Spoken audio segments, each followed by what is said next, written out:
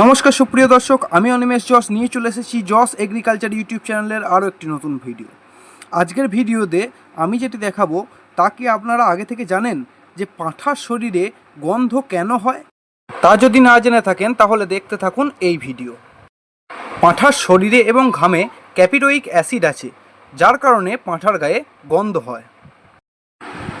ক্যাপ্রোইক acid ছাড়াও আরও কিছু রাসায়নিক উপাদান আছে যার কারণে পাঁঠার গায়ে গন্ধ হয়।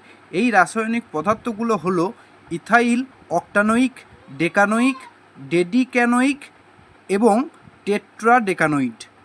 এই চার ধরনের রাসায়নিক পদার্থগুলি হলো এক ধরনের ফ্যাটি অ্যাসিড। পাঁঠার মাথায় অবস্থিত বড় দুটি শিংয়ের গোড়ায় এক বিশেষ গ্রন্থি থাকে।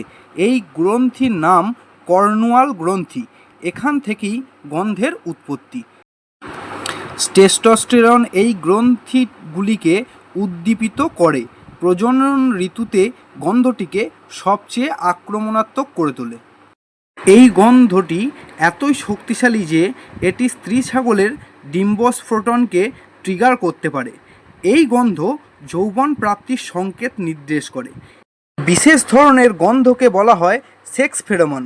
সেক্স ফেরোমন এর সাহায্যে পুরুষ এবং স্ত্রী উভয় প্রাণী একে অপরকে প্রজননের জন্য আকৃষ্ট করে তোলে। তো বন্ধুরা, আশা করব খুব সুন্দর একটি ইনফরমেটিভ ভিডিও আপনারা দেখতে পেলেন। তাই আমি আপনাদের কাছ থেকে আশা করব, যদি আমার এই ভিডিওটি ভালো লেগে থাকে তাহলে একটি লাইক করে দেবেন এবং আমার এই চ্যানেলটিকে সাবস্ক্রাইব করে দেবেন এই ধরনের ইনফরমেটিভ ভিডিও সবার প্রথমে দেখার জন্য। আজকে এই পর্যন্তই, দেখা হবে অন্য কোনো ভিডিওতে নতুন কোনো টপিক নিয়ে। ততক্ষণ পর্যন্ত আপনারা সবাই সুস্থ থাকবেন, ভালো থাকবেন। নমস্কার, জয় হিন্দ, জয় ভারত।